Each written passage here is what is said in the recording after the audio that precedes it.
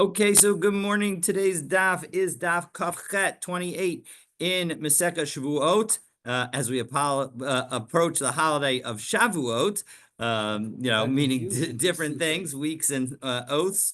But in any event, it's nice the fact that the Masechet of Shavuot has 49 dapim, or actually really it's 48 dapim. It ends on Mem Tet, which sort of aligns with the count of the Sfirah. Some people will actually learn it during the course of the Sfirah. And so we are in the middle, although obviously because we did not start on day one of the Omer, so we're a little bit behind from that perspective, but we are where we are. But let me share my screen and we'll get started, because I want to start by answering the question that Stan asked yesterday.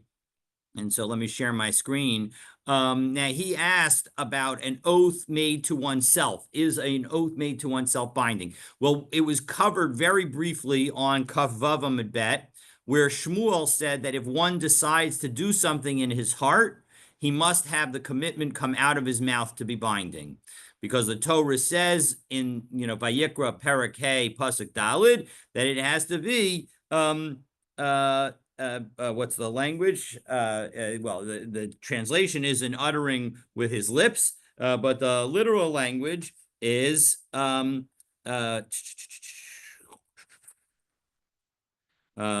literal language is, where is it? Why I hate when I do that. Oh, I'm a back off. That's why. It is bisfata Livate svatayim, livate visvatayim, that an uttering with his lips. And again, that pasuk is the pasuk that is the core pasuk in basically all of for a lot of the Shevuot learning that we're doing, because it says onefesh kisi shava livate visvatayim lahara oletev, that if you're swearing with the uttering of the lips, either to do bad or to do good, anything that the person utters with his in an oath, and then it forgets about v'hu yada, and then he learns about it afterwards, v'ashem, and he realized that he is guilty of having violated the oath.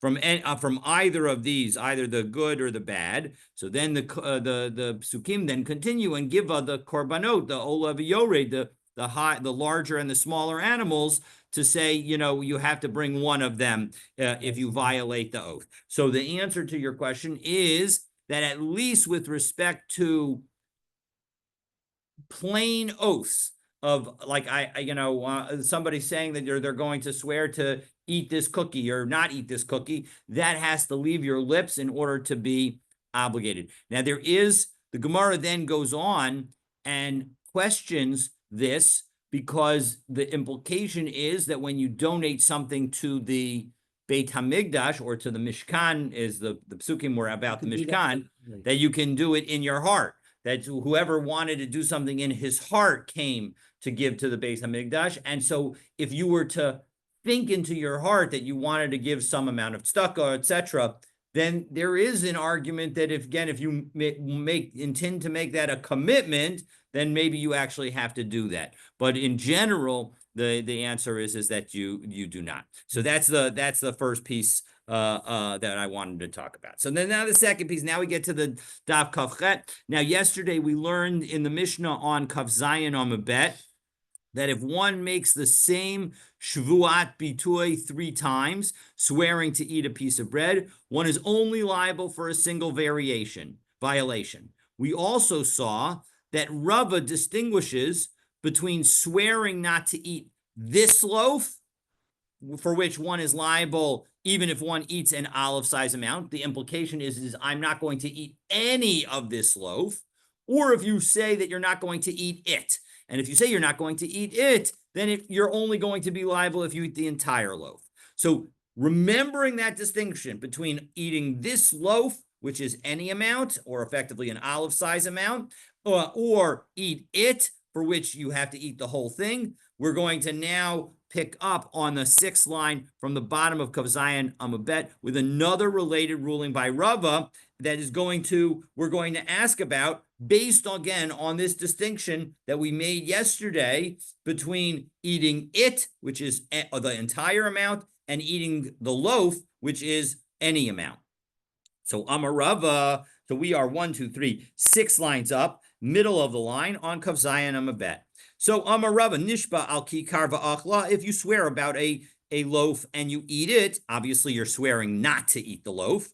V'im shier mimena kazayis, if you left over even a small amount, a kazayis amount, and the olive size amount, nishal, you know what you can do? You can ask about it. Now, our implication at the moment, in fact, let's take a look at Rashi. Nishal aleha v'hutarlo, and it will become permitted to him. He can ask, a chacham to be released from his vow, and now it will be zayis. This olive-sized portion will be zayis hanishar. This olive-sized portion that remains will now become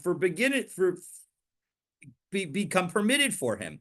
So lo avar, and what he already ate, lo avar lemafreya is the added in by the Agos Habach. And so retroactively he will now be allowed to eat what he ate. So now the question is, an achla kula, if he ate the entire amount, well then ein nishala, then it's too late. You can't do anything about it. You are stuck. You've already violated, and Rabba says that you're out of luck. So Tosfos here points out the following issue: if you were to say that I'm not going to eat it, so that means that you have to eat the whole thing. What happens if there are a few crumbs that are left over? Right? So we said that eat it means that you have to eat the entire thing. So do we say that those crumbs matter and therefore you haven't violated? Or no, nobody's, when you say you're eating the whole thing, nobody counts those crumbs. Right?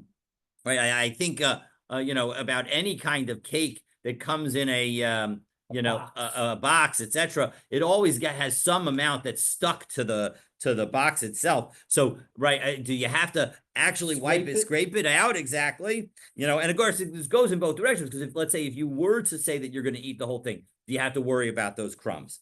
So Nira, so let's take a look at this Tosfos. Last Tosfos on Kav Zayin a bit. Nira de kishlo shayir ela pachot mikazayis, that when you have left over nothing more than a kazayis, then if you were to have sworn that you weren't going to eat it, you would be liable, meaning those crumbs don't matter. Even though you said that you're not going to eat it, that when you were swearing on the loaf, you said that you're not going to eat it, and therefore that it means that you're not going to eat the whole thing. Nobody really has in mind that they're not going to eat, when they say they're going to eat the whole thing, that they're going to not leave over some small amounts. Nobody eats something where there aren't a few crumbs, noshrin, that are left over, mimenu, from it. And if you were to say that if there was a little less than an olive size amount, and you would not be liable even with that left over, when it comes to something that's less than a kazayas, why are we about to say that we say that it's not considered important? It's shuli aleha, to ask about it. What's the difference between that and an oath that I'm not going to eat half an olive size? Remember that if I swear that I'm not going to, even though ordinarily if I swear I'm not going to eat this cookie, then I have to have at least an olive size of the cookie. But if I swear that I'm not going to eat half an olive worth of this cookie, well then even eating half an olive, even according to the rabbis who disagree with Rabbi Akiva, who say that you have to eat an olive in an ordinary time, when we say eating, that means that's only when you don't specify a smaller amount. If you specify a smaller amount, that smaller amount becomes significant and is something that you can ask about. And so since you could ask about it in the context of having sworn not to eat this half olive size, Why shouldn't you be able to ask about the half olive size here as well? There you can certainly ask. That's your entire oath. So it makes absolute sense that you can ask about it. So again, Tosfos therefore concludes a very interesting and important concept that, again, and it's consistent with the idea that our oaths are something where our ordinary meaning, the way we talk in our life, really comes into effect and has meaning. Go ahead. Although the Talmud here obviously gets very granular. Something that all of us learn from our parents is that if you say something, do it. If you promise something, keep the promise. Correct. If you make an oath to clean up your room, do it. Correct. Correct. So it all relates to the modern world just as it does. Yes, yes, absolutely. And the point is that the modern definitions that we give things really matter. It has direct effect. The words that come out. Correct. Exactly. The words that you say and what you do and how they relate to one another help define who you are. Okay, so Amrle Rav Acha. So again, so we have this ruling, and we're going to now question it because we haven't detailed when Rava said this ruling about needing to have at least an olive size amount left in order to get to ask a chacham to release the vow. It wasn't clear whether he was saying that the context was saying that you're eating the whole thing or you're eating any of it. Because, and so that's the question that Rav Acha, his son, is going to now ask. Amrle Rav Acha Breda Rava le Rav Ashi. So Rav Acha asks Rav Ashi, Hey Kidami, what's the story here? Ida Amar Shalo Ochel, if he said, I'm not going to eat this loaf, meaning I'm not going to eat any of it, Mikazayas Kama Abde Isurai. Well, he already did something wrong. He ate the first 3, 90% or 95% of the loaf. All he's left over is one olive of a big loaf. That's 90+%. He's eaten it and he's violated his oath. Yeah. So how can he possibly, at least the Havamina is, petition and ask for himself to have his oath undone? And Ida Amar Shaloach Lena. And if he said, I'm not going to eat it, and therefore it means that he's not going to eat the whole thing, my area kazayas. Why does a kazayas matter? It should be that even if he leaves over half a kazayas. Now, of course, he doesn't have Tosfos. Tosfos is telling us the maskana, that the maskana is that actually if you leave over half a kazayas, it's as if you ate the whole thing.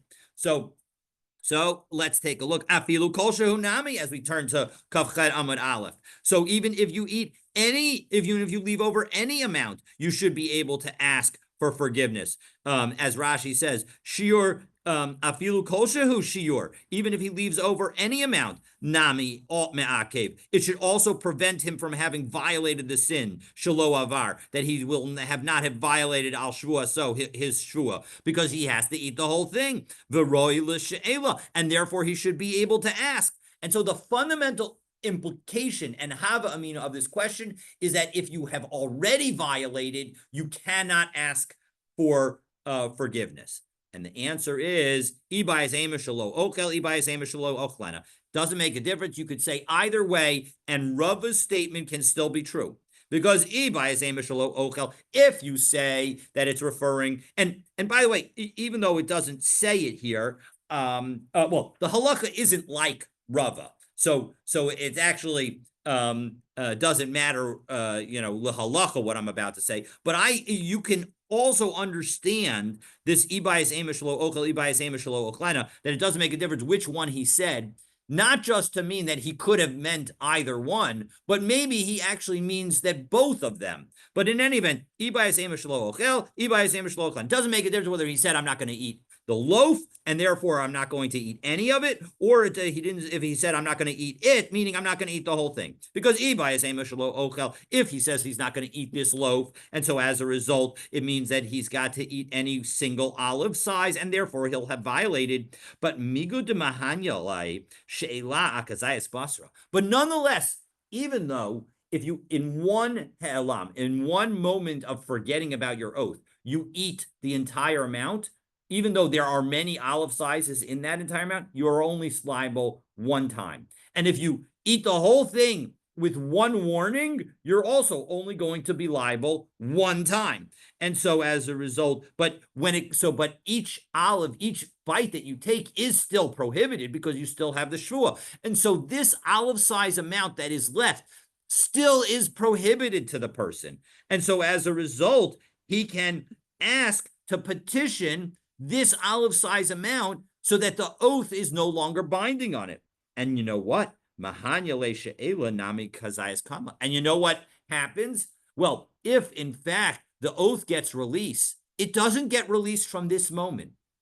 The oath gets released from when he made it. Wow. And so it's as if he never made it. Well, now, if he never made the oath, then even that first olive size piece of the cookie of the cake that he ate, or the bread or the loaf that he ate, is not going to be violated. And so it works even on the first one. As Rashi says, Migu de Mahanya She'ela, second line, now that he ate, when he ate the first kazayas, Adayin kol zeisim sheba asurin, every kazayas in this loaf was prohibited alab to him. Umahanya lahu she'ela, and now the asking for forgiveness, asking for the release of the vow, is going to help him. The kevan denishal, and once he asked, the kaimelan chacham oker neder miikaro, and we say that a chacham uproots a vow from its beginning. The ashtakak delo hav yashem shvua klal. So in the end, it's as if there was never an oath there at all. Hilkol kazayas kama. So it turns out that his first olive-sized piece that he ate, even though it was before he asked the chacham to release the vow, it also becomes permitted. And you can even say that we're dealing with a situation where he says, I'm not going to eat it, meaning I'm not going to eat the whole cake. But and why do you have to have a kazayas left over? Well, this is the point that Tosos was making. If you leave over a kazayas, that's a sufficient amount for asking to be undone. But if you don't, it's not important enough to ask about it because, as Tosos would say, you've already violated. So, Meisvei, 1 second, we've got a question on you, Rava, because you again say that that you can only annul something before you have finished the situation, but we're going to see in a brisa that we cited, I think yesterday as well, that when it comes to Nizirut, even after you're done with the Nizirut, you could ask for forgiveness. You can ask for it to be released. Because listen to this. This is a brisa that we cited again yesterday. So Meisvei Misha Nader stays Niziros. If you vow 2 terms of Nizirut, Umana Rishona, and you count the first term of Nizirut, so then the hifrish aleha korban, and you even separate the sacrifice, so you are virtually done with the entire period of Nizirut, and you're done with the entire observance of it. You just haven't brought your sacrifice yet. At least that's the way our current understanding is. And now you ask to have the first Nizirut undone. Also, lo shniya b'rishona. Well, you said you were going to do 30 days and then 30 days. You get forgiveness for the first 30 days. So the second 30 days moves up and takes over for the first 30 days. And your first 30 days of observance satisfies your second vow, and your first vow is nullified. So as a result, doesn't that show that even though you finished the vow, meaning just as you finished the vow with respect to Nizirut, you finished eating the cookie in connection with our case, so shouldn't we be able to say that just as in the Nizirut case, you can ask for it to be eliminated. You can ask your first vow to be eliminated even after you finish the whole Nizirut period. So too, when it comes to the cookie, even if you ate the whole cookie, you should be able to get your oath, your Shevuah, eliminated. So no, you haven't gotten full atonement. You didn't offer the sacrifice, and therefore, since you didn't offer the sacrifice, you are still in your first vow period, and so as a result, that's why you can still undo that vow. Hatanya Kiper. But 1 second, we have another brisa that says that says that even if he offered the sacrifices and did get atonement, no, Bishalo Gilach, we can say that brisa is still talking about where he didn't shave his head. The Rabbi Eliezer and it's consistent with Rabbi Eliezer Damar. Tiglachas ma'akva. In order to fully finish your first set of Nazirut, you have to shave your head at the very end. So as a result, there's still something left. The first oath is still relevant, and that's why one can petition for its annulment. But 1 second, there's another version of this brisa that says that even if he shaved his head. So as a result, there's nothing left from the first brisa. So Rav Ashi now has to go to sort of a different kind of answer altogether. Nazirus karamis, you're going to ask from Nazirut on Shevuot. That's not a reasonable ask. Mi garam l'shniya shelo tachol. What is it? Nazirut and Shevuot are very different. Because if one were to say that they were going to take 2 Nazirut, it means 30 days followed by 30 days. But if one makes 2 Shevuot that are identical, the second Shevuah has no impact, as we saw yesterday. And so as a result, the second Shevuah about the future, I'll note, has no impact.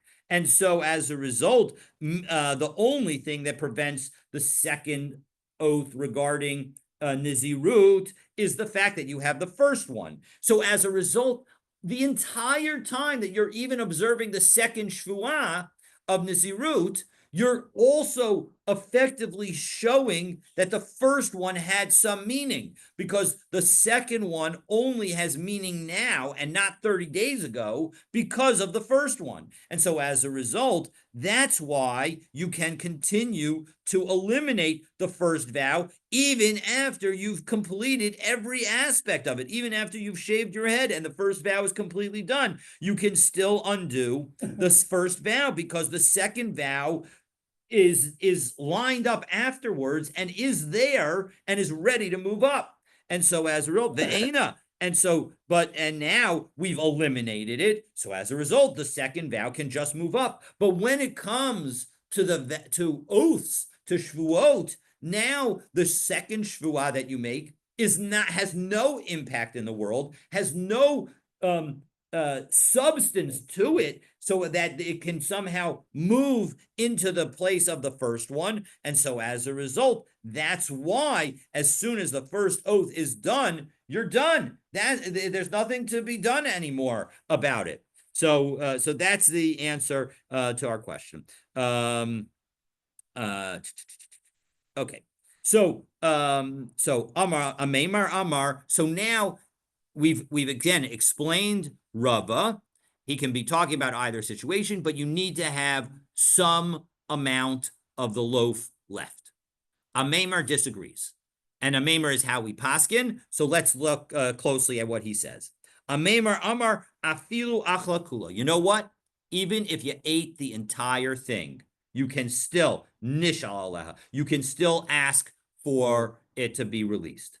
I bishogeg, because if you violated it unintentionally, so you had forgotten that you made the oath and you ate the whole thing, mechusar karban, you still haven't brought your karban yet. And so since you haven't brought your karban yet, you can ask for it to be released until after you bring your karban. Once you bring your karban, so then you can't ask for it to be released any longer.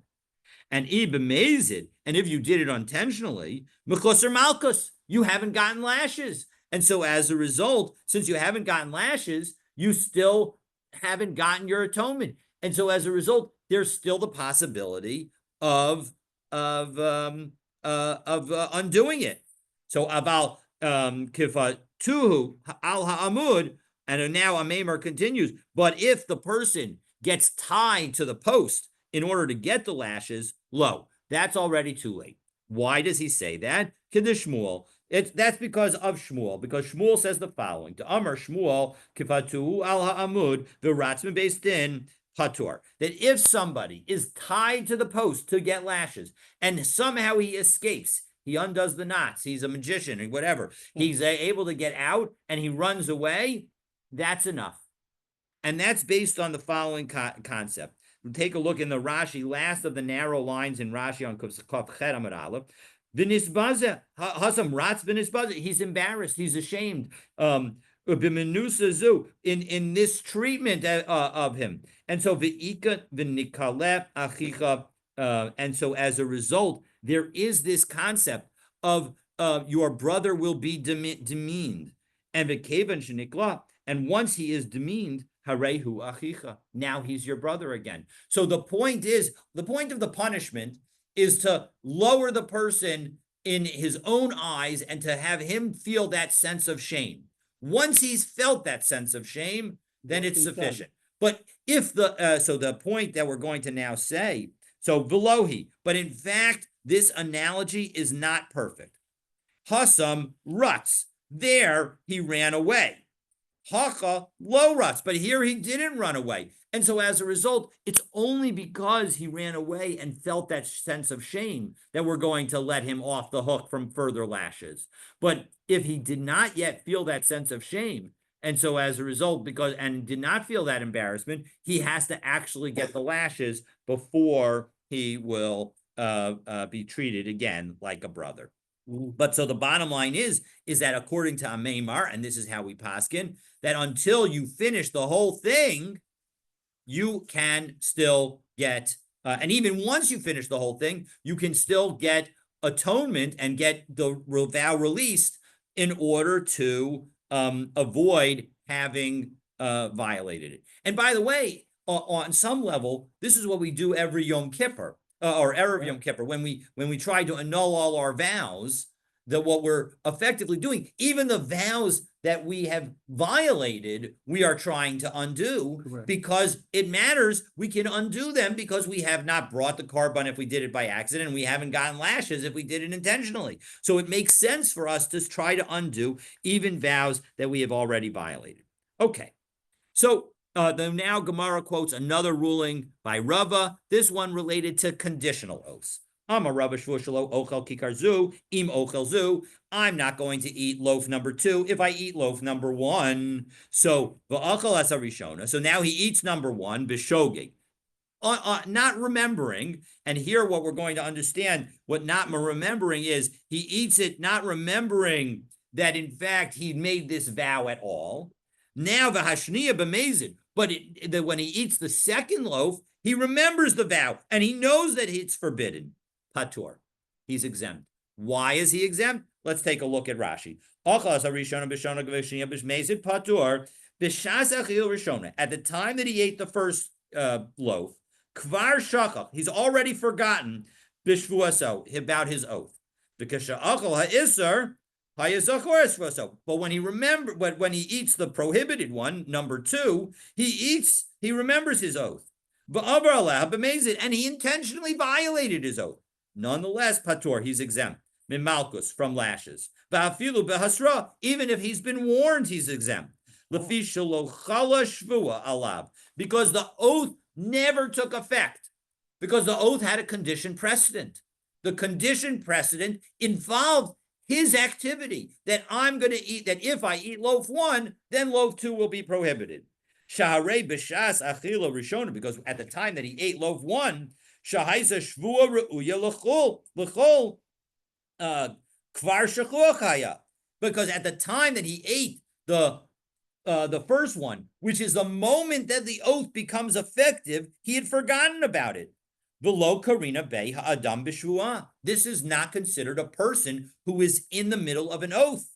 V'kol shekein mikarban, and so certainly he won't be obligated in a korban. She'ain korban al amazid. After all, he when he ate the second one, he ate it intentionally, so there's no korban on that either. So now the Gemara continues. So again, so if in fact he says, if I eat loaf 1, then loaf 2 is prohibited, and he forgot about the oath and he ate loaf 1, doesn't make a difference. Whatever he does with loaf 2, he is going to be exempt. Rishona b'mezid ushniya b'shogeg. Now, what happens if he ate the first one intentionally? Meaning he ate it with the mindset of having the oath take effect. And then when it came to the second one, which is now the prohibited one, he forgot about his oath. Well, then chayiv. And Rashi tells us he's going to be chayiv to make the to bring a korban olav yored, because his oath is valid because he remembered when he ate the first one, and he violated the oath by accident, unwittingly. So as a result, he's going to be liable. Shtei and b'shogeg, if he forgot about the oath in both cases, well then patur. Again, just like the first case was patur, this case is going to be patur because he didn't remember. His oath never really took effect. Shtei and b'mezid, as we turn to kafchet amabet, if he did both of them knowingly, well then achlai l'tanai. Then the question is which did he eat first? If he ate loaf 1 first, meaning the conditional one first, v'hadar achlai l'isure, and then he ate loaf 2, which is now prohibited, mechayev, well then he's liable for violating the oath, and he's going to be subject to malchus, as the first word of Rashi says on kafchet amabet. Malchus, chayev malchus. So, achlai l'isure, but if he ate the prohibited first, he ate number 2 first, v'hadar achlai l'tanai, and then he ate the loaf that was the conditional one. He ate loaf number 1. Well, then plukta de Rabbi Yochanan and Reish Lakish. That is going to be subject to the debate between Rabbi Yochanan and Reish Lakish. So, and what's that debate? Leman de Amar hasra suffix shma hasra, according to the view that says that a questionable warning is a violation, is a good warning. So then chayav, then you're going to be liable, and that was Rabbi Yochanan. Rabbi Yochanan says that a questionable warning is a good warning, and according to Reish Lakish, Laman de Amar Lashma Asra, that a questionable warning is not a good warning. So then patur, then he'll be exempt, because after all, remember, he's getting the warning when he's eating loaf 2. But at that moment, he has not yet eaten loaf 1. So we don't know at that moment whether eating loaf 2 is prohibited. But according to Rabbi Yochanan, if you warn the person, listen, if you eat this loaf and then you go and eat loaf 1, you are going to be liable for having eaten this loaf. And the guy says, yes, and I know, and even so, I'm going to eat it. Yeah. Okay? And then he not only eats loaf 2, but then he intentionally eats loaf 1. Well, then, even though that warning was conditional, because at the moment, it wasn't a certain violation because he didn't eat loaf 1 yet, so it wasn't necessarily even prohibited. But since you gave him that warning, and that's a good warning, he's going to get lashes according to Rabbi Yochanan, but according to Reish Lakish, he'll be exempt. Okay, so we had that whole story. Now we have a very, very similar situation, but a little bit more complicated. Okay, I'm sorry, I think I scrolled a little bit too much. There we go. So now we have a 2-way conditional oath. So again, the first case was if I eat loaf 1, then loaf 2 is going to be prohibited. But now he says, I am not going to eat both loaf 1 and loaf 2. So as a result, if I eat loaf 1, then loaf 2 is prohibited. And if I eat loaf 2, then loaf 1 is prohibited. So now we have that situation. That's the situation we're going to talk about. Tula and zu, he makes them condition on one another. Lo ochel zu im ochel zu. If I eat this one, I'm not going to eat this one if I ate that one. If I eat this one. Oh, sorry, let me say it again. I'm not going to eat this one, number 1, if I eat number 2. Lo ochel zu im ochel zu. And I'm not going to eat number 2 if I eat number 1. Okay, so the both directions are going to be problematic. And you know what? He remembers the fact that he tried to prohibit loaf number 1, but he does not remember that he was trying to have number 1 be a condition to number 2. So he remembers the fact that it's problematic potentially to eat loaf number 1, but he doesn't remember that loaf number 1 is a precondition to making loaf number 2 prohibited. And the same thing with respect to loaf number 2. He remembers that he has some kind of oath with respect to loaf number 2 that it would be prohibited. But he does not remember that his eating of loaf number 2 will also cause a prohibition of loaf number 1. Well, now, in both cases, he has never eaten the loaf with the intention of having his oath for the other one be applicable. And so as a result, patur, he's exempt. And, okay, so that's case number 1. But if, in fact, it was reversed, he forgot about the fact that loaf number 1 could be prohibited based on his eating of loaf number 2. But he remembers that eating loaf number 1 will cause the prohibition of loaf number 2. And then when he eats loaf number 2, when he eats loaf number 2, he forgets the fact that loaf number 1 would cause it to be prohibited, and therefore that there's a prohibition on it. But he remembers that loaf number 2 causes a prohibition on loaf number 1. So in that situation, chayav, he's going to be liable. He's going to be liable specifically to have to bring a korban olav yored for the second loaf, and because he has violated that by accident, because he forgot that when he ate loaf number one, it was prohibiting eating loaf number 2. Shtein b'shogeg. If he ate both of them completely unknowingly, meaning he forgot about the whole concept of his making an oath, well, then again, patur, he's going to be exempt, because neither oath in neither direction took effect, because you need to have the proper intention when eating the loaf in order to make it chayiv. Shtein b'mezid. If he ate both loaves intentionally, well, then ashniya mechayiv. Whichever he ate second, he is always going to be liable for it, because he did so intentionally. And he knew when he ate loaf number 1 that he was causing a prohibition for loaf number 2, or knew when he ate loaf number 2, if he ate that one first, he's going to know that he's causing a prohibition for loaf number 1. But maybe he would also be liable for eating loaf number 1, the first loaf that he ate. Arishona, when it comes to the first loaf, looked at the Rabbi Yochanan and Reish Lakish. That's an argument between Rabbi Yochanan and Reish Lakish. Again, Rabbi Yochanan would say he's liable for that also, because it's a good warning, because even a suffix warning is a good warning. And Reish Lakish says no, an uncertain warning is not a valid warning. So as a result, he would not be liable for eating the first loaf that he ate. Okay, so Amar Rav Mari says, we've seen that Rava says that that one must fulfill the condition of an oath intentionally for the oath to take effect. And Rav Mari now provides a Mishnah that supports this position. So Amar Rav Mari, Af Anan Tanami Tanina. We actually have a Mishnah that shows that this is correct. Now we'll skip the parenthetical. Nidresh Gagos Ketzad. What's the story with a neder b'shogeg? If you forget that you made some kind of neder, or and we'll see exactly what that means in a moment. And in fact, Ketzad, what is that case? Konam im achalti v'im shasisi. I am going to, this object is going to be prohibited to me like a korban. A konam is a language of a neder, that it's going to be prohibited to you if I ate or if I drank today. So if the person doesn't remember that they ate or drank today when he says that, because he thinks that he had not, well, that's going to be a neder b'shogeg. Nizkar she'achal v'shasa, and now he remembers, oh no, I did eat or drink. So that's one case.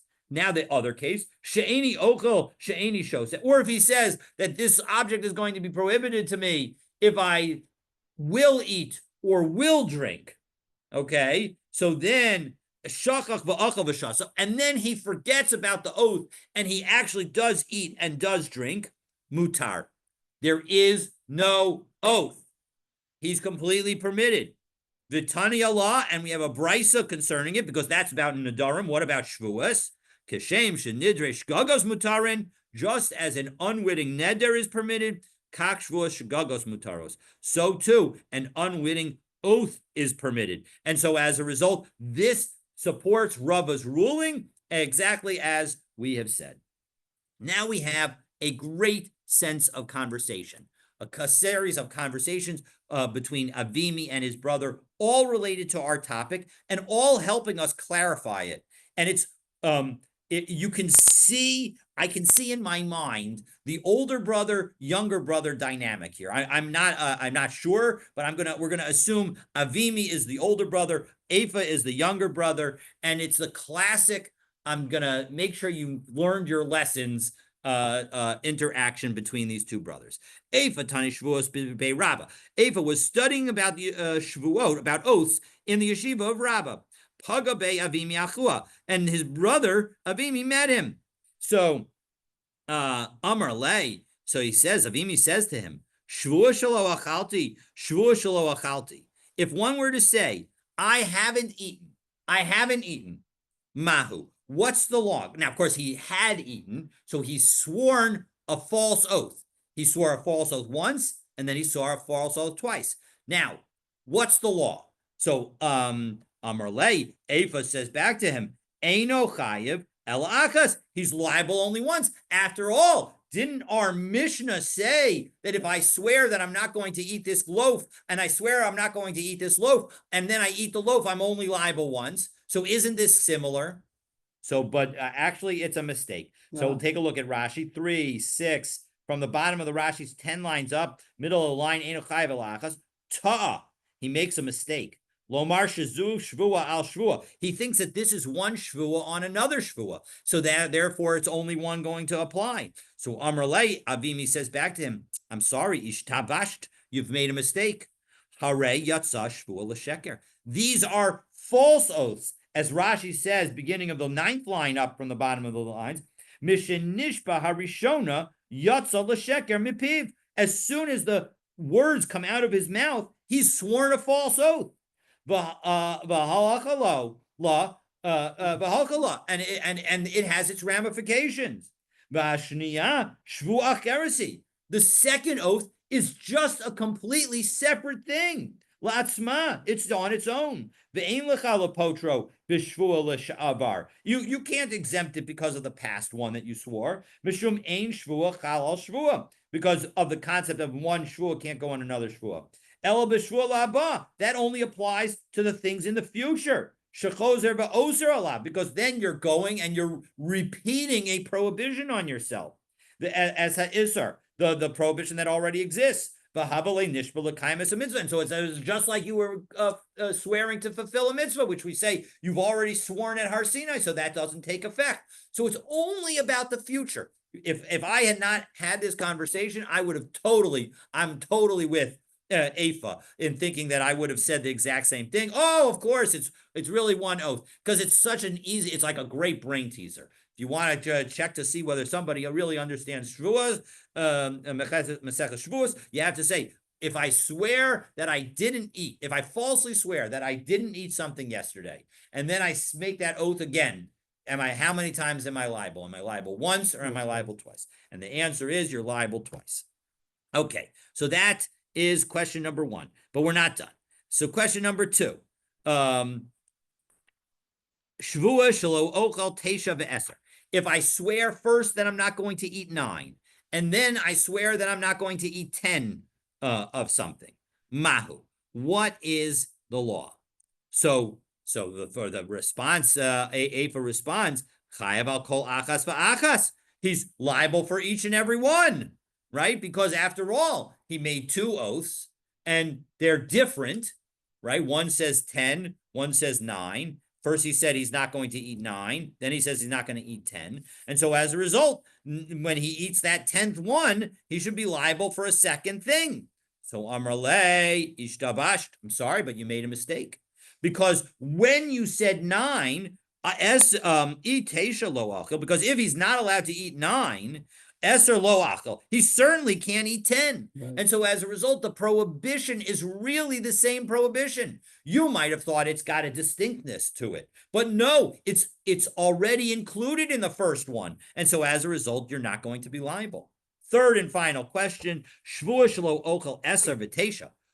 What happens if the person says, I'm not going to eat 10, and then the person says he's not going to eat 9.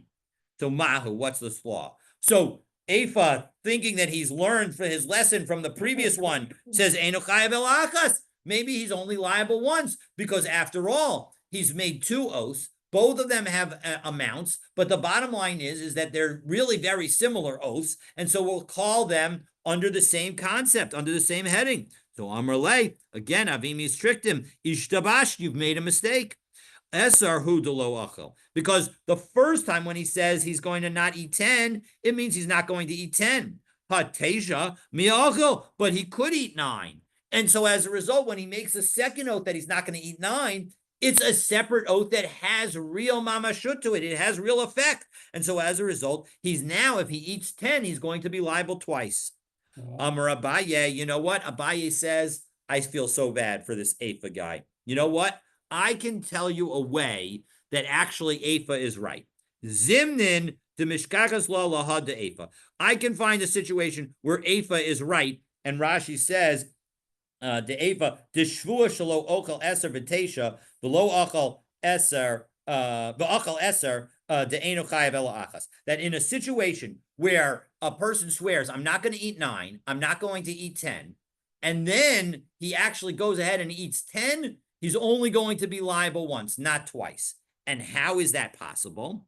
Kidamar, like the master said, who refers to Rabba, to Amar Rabba, Shvua Shalo Ochal, Te'enim V'anavim. What happens if I swear that I'm not going to eat figs and grapes? The key is the and. I shouldn't have said or. That I'm not going to eat figs and grapes, meaning I'm not going to eat both of them. And then he swears, you know what? I'm not even going to eat figs today. So even figs are going to be prohibited. Just by themselves are going to be prohibited. And so now what happens as we turn to Chav Teram and Aleph? V'achal ta'enim. And now you know what? He goes ahead and he eats the figs. V'hifrish karban. And now he's separated a karban. He feels so bad he violated his oath. He's already separated the karban. Well, you know what? He separated the karban. That means he remembered his oath. And so as a result, and now he eats only grapes. But his oath about grapes was never just about the grapes. It was always about grapes with figs. And so because he's now already gotten forgiveness, or he's already set aside the korban for the figs, it's as if everything starts anew. And so as a result, he's not going to be subject to the liability for just eating grapes. The grapes themselves are just a partial amount. And for a partial shear, you don't have to bring a sacrifice. And as Rashi says, v'keven shehifrish karban, second line in Rashi on the Kaf Tet Amud Aleph, in the middle of the Rashi, middle of the line, v'keven shehifrish karban al hata'enim, once he separates the sacrifice for the figs, sulo mitztarfe anavim ba'adayu, the grapes will no longer combine with them. So hachanami kigon de amar shvua shelo ochal eser. If the person swears that he's not going to eat 10, v'chazer ba'amar shvua shelo ochal tesha, and then he swears that he's not going to eat 9, v'achal tesha, and now he eats 9, v'hifrish karban, and he separates a sacrifice for it, v'achar kacha achal asirit, and now he eats just one more, so he eats just the 10th. So havya la asirit chatzi shir. The 10th one is just the chatzi shir of the prohibition to eat 10. Wow. So as a result, and he's not going to be liable. Now, in order to be liable for that second oath, he would have to eat 19. He'd have to eat 10 more. And so only then would he be liable for it. So actually, as Abaye has highlighted, we can find a way that Afa can be correct. So stay tuned for more tomorrow. That brings us to the next Mishnah. But for that discussion and the conclusion, I believe the conclusion of the 3rd chapter of Masechet Shevuot, stay tuned, God willing, for tomorrow's daf. Wishing everybody a wonderful day and looking forward to continuing our learning tomorrow. Yes, sir.